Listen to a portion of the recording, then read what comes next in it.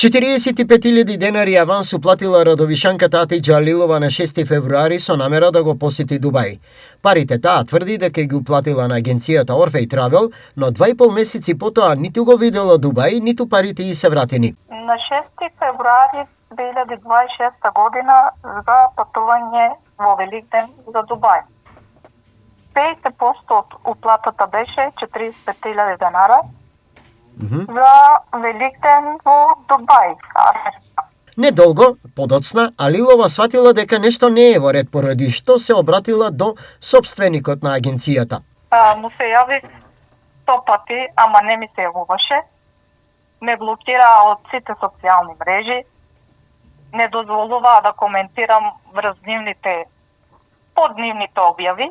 Па после пријавата у полицијата, у државниот пазарен инспекторат, у сите институции ми се јавија и тврдеа дека се е уред.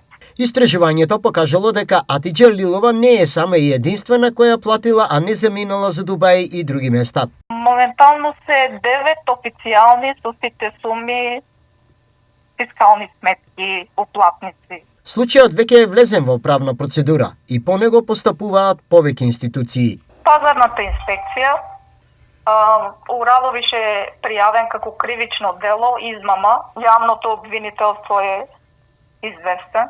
И што сега? На што се надеват?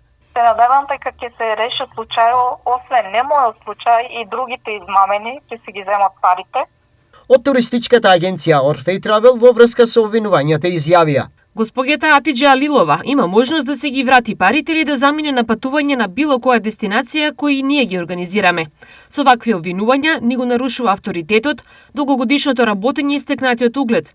Сите институции беа и утврдија дека измама нема и дека отстапување од термините има поради воените случувања на Блискиот Исток. Напоменуваме, никој па ниту Алилова не останал оштетен. Изјавија за телевизија Стар од туристичката агенција Orphay Travel.